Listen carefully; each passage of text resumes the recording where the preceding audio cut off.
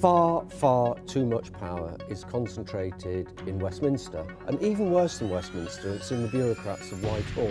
The rich are getting richer and richer and the poor are falling off the bottom, and I think that is wrong. There are many unaccountable powers carried by our own executive because the Crown powers still exist, but they've simply been transferred to other individuals. So maybe we can say British values need to be introduced from the bottom and driven up. Values are things that you live by, and if you live in a certain way and show those values, then people will recognise them.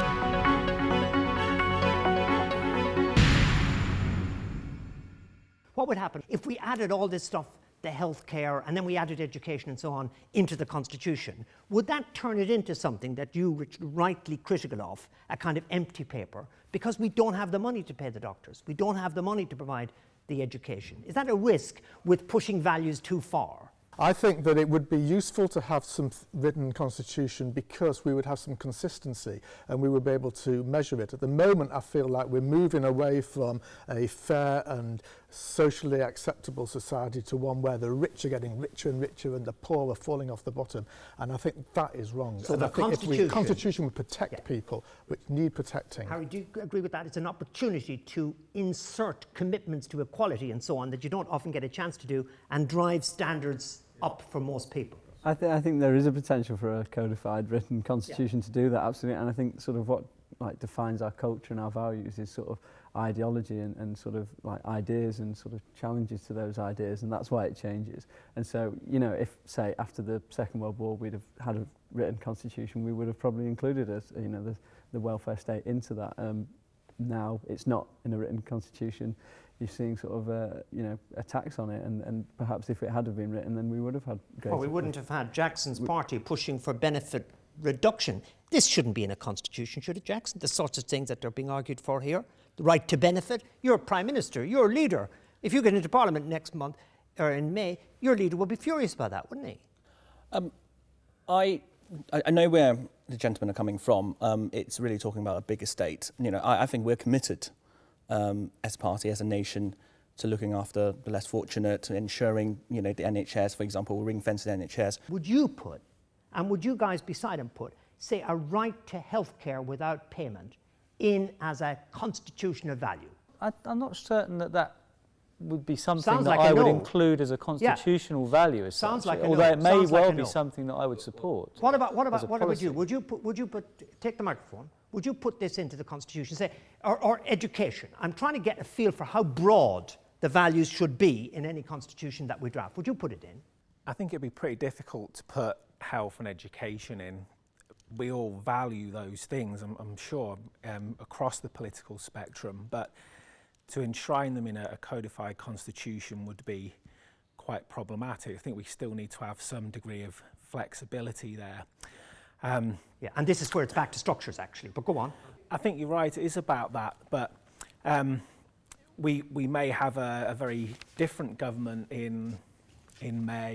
This would make it extremely difficult to actually put something like that into a codified constitution. I want to hear from you, and then I want to hear this. You guys have started running this here about broader values in the Constitution. No, Jackson, we're going to hear from this gentleman. Okay, I think flexibility really is so important in the Constitution, and I think, as you've mentioned, ideas change over time, and that's what we were saying, that ideas have changed, so we need a Constitution. If we do need a Constitution, we need to have it so we can be flexible, because we've been so good in the past with responding to crisis very quickly. And I think that's something which British people really do value. Right. So slim numbers of values, fundamental and few. That's what I hear. I'm concerned about protecting the poorest and most vulnerable people in society. Through a constitution and a rule of law. You don't trust the politicians. I don't trust the politicians, I'm afraid not, although I'm a politician myself. I don't trust. You haven't got power yet. You haven't got power yet. When you get power, you will start trusting them. But it may not last forever, my power. So a constitution should be something that would last for longer. And I don't trust the powerful. And I think unless you have it in a written constitution, then the vulnerable are always going to be on a sticky wicket. Hannah, Harry, so values in the Constitution is a kind of trick to anticipate politics and close down power for politicians. I wouldn't perhaps frame it like that. I'd sort of say perhaps one of the strengths would be a baseline, a sort of a minimum standard. So if we're talking about healthcare or education, it could be defined as a minimum, like, you know, what level of GDP spending or however you want to do it, there's the potential to set a minimum across there to provide constitutional protection. Yeah, do you agree with that, Hannah? I tend to agree with that. Yeah, I think there's a difference between values and policies, and what we see is if there's a party that comes in and does the exact opposite of a value in the constitution, how is that going to affect that power? Right. If I were to choose one thing, though, which unites some of these, far, far too much power is concentrated in Westminster, and even worse than Westminster, it's in the bureaucrats of Whitehall. Yes. A group Yes. of civil servants wields more power in this city than the Mayor of Liverpool. So if I was to put one thing in a constitution, it would be, the posh word is subsidiarity. As a value. But That's as we a had value. that value As when a we value. launched this project. Actually. Absolutely. Yep. You take decisions at the lowest possible and practical level, then more people want to be involved in it, because more people can say, I'm voting for Richard Kemp or not, because he's made the decision.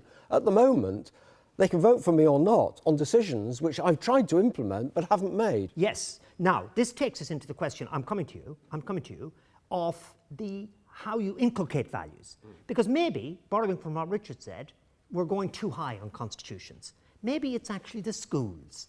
Maybe it's families. So maybe we can say British values need to be introduced from the bottom and driven up. I know you were coming in earlier, but do you agree with that? You're saying about the powers in Whitehall and bureaucrats. Well, it's going even further. It's European Union, and a lot of the parties are not giving individuals a chance to have a voice and a vote on whether they want to be a member of the European Union. Yeah. And whether you agree with it or not, they do have a lot of power which we do not have. Absolutely, So absolutely. We need to be given a voice and a referendum. Interestingly, their version of values, dignity and so on, the Charter, was something which the British government felt it couldn't take. Well, representing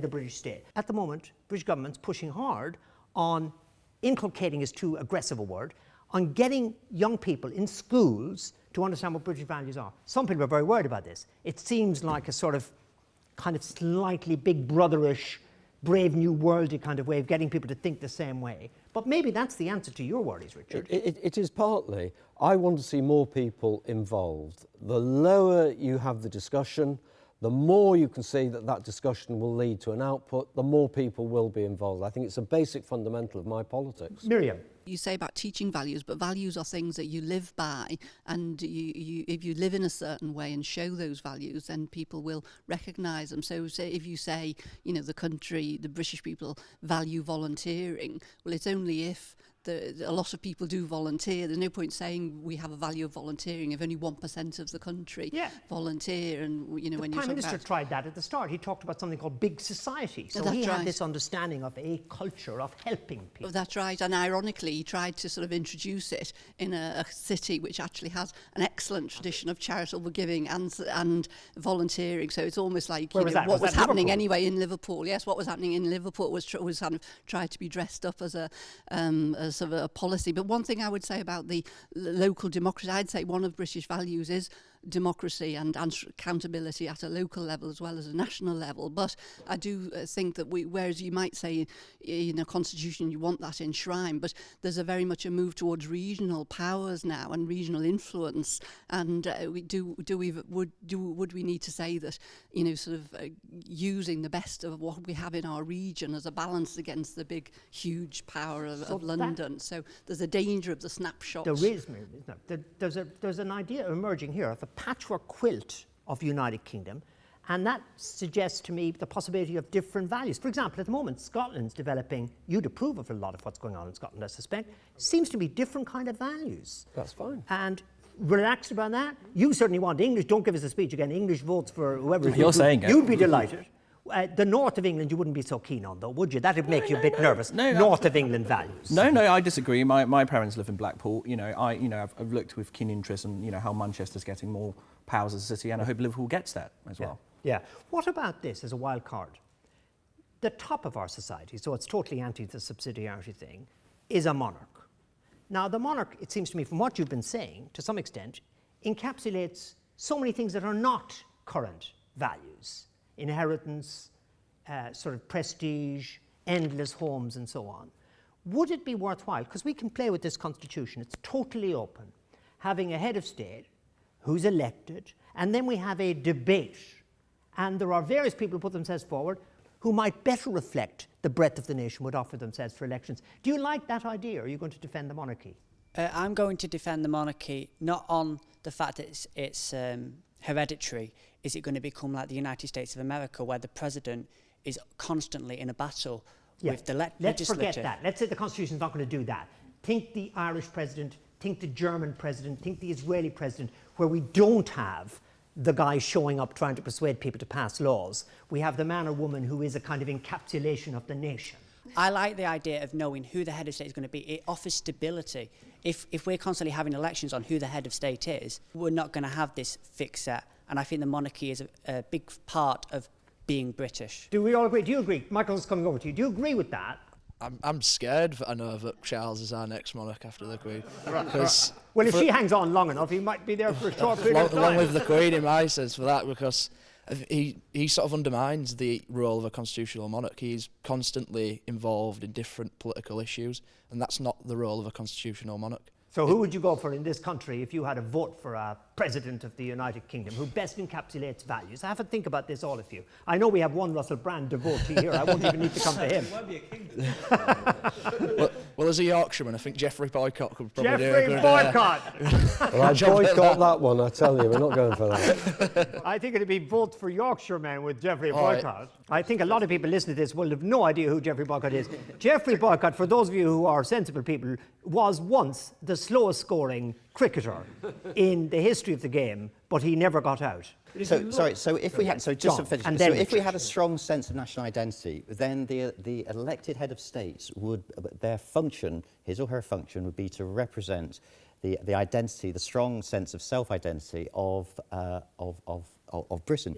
Then we wouldn't need to worry that our head of state actually is very rich, is remote. We'd be more confident. I think we would. Yeah. Hannah, Harry, who would you vote for as President of the United Kingdom? Well, I think sort of we've touched on a point that we have different values within like the locations that we're in. Sort of if Geoffrey Boycott, you know, for Yorkshire or whatever, but you know, we don't have that universal figure, and because our current monarch sort of tends to stay out of politics, ideas, ideology, it kind of, you know, it's more symbolic. They don't really rule; they kind of reign. If you can make that distinction, then it's perfectly acceptable to remain the status quo. If they were sort of, you know, being involved in decision making and in sort of having a say, then there would be a need to elect them. And Hannah, do you have anybody?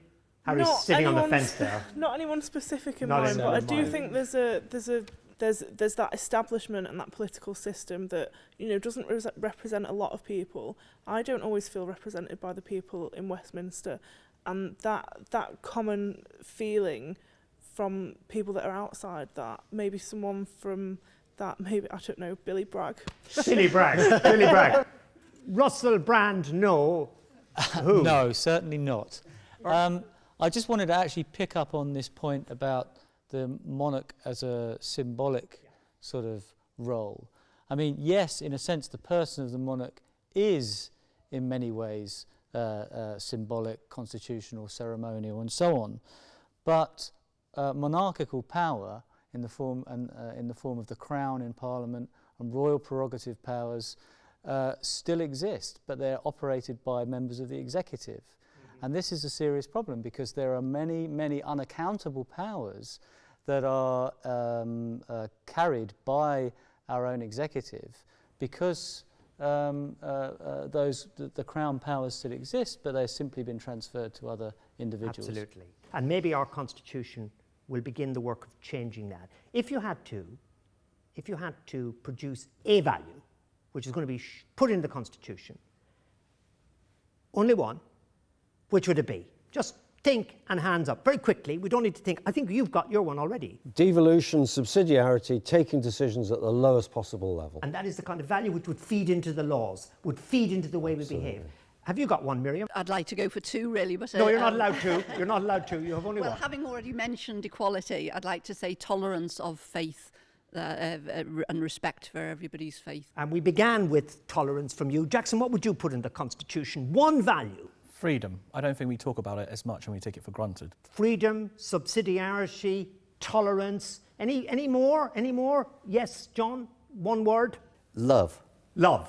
Would you put anything in? I'm going to say equality, justice and fairness as well. I think fairness is an important part. Finally, Hannah, Harry, I In a tend to word, agree with Martin. Liberation for oppressed groups and then equality. liberation, a value which will scare the police and the armed forces. Harry.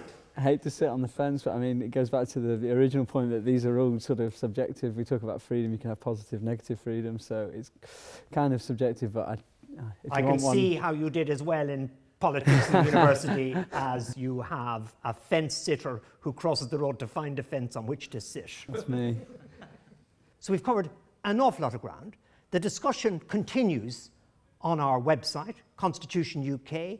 This project lives or dies by the participation of people who may think they have no direct view on the Constitution, but who, when they intervene, find that they have. So it's crucial that everybody gets involved. People here, continue to be involved if you can be, and people who are watching, look at the Constitution UK website, get in and vote. There's mechanisms for voting. If you want to push your English votes for English people, whatever it was, you can do that and campaign. There are people already on the website doing that in a very responsible, dramatic kind of way. If you want to sit on the fence, you can get in there and do that. Above all, participate. But for now, thank you very, very much for coming here to this beautiful town hall and debating values with such energy.